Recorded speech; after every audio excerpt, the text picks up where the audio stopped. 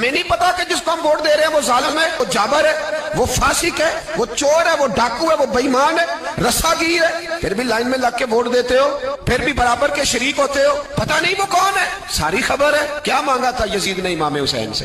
Vote تو دے دیتے چپ کر کے امام حسین۔ مسجد نبی میں بھی تو جمعہ پڑھاتے تھے، مسجد نبی میں جمعہ پڑھاتے تھے، مدینہ شریف میں مصطفیٰ کے جانشین تھے۔ یزید کہتا تھا جو آپ کہیں گے مل جائے گا، پر امام حسین نے فرمایا یہ نہیں ہو سکتا کہ میں مسجد نبی میں نماز پڑھاتا رہوں اور میرے نانا کی امت پر کوئی ظالم مسلط رہے، یہ نہیں ہو سکتا۔ ووٹ مانگتا تھا، ووٹ۔ تجھے ووٹ کی قدر کا نہیں پتا؟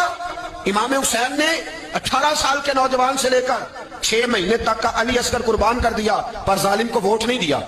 تیرا کیسے حوصلہ پڑتا ہے؟ پھر تو 10 محرم کی دیگ بھی پکاتا ہے۔ کس طرح تیرا حوصلہ پڑتا ہے؟ کس طرح کر کے تیرے اندر ہمت آتی؟ جلال بادشاہی ہو یا جمہوری تماشا ہو، جدا ہو دین سیاست سے تو رہ جاتی ہے چنگیزی، ظالموں کا مدد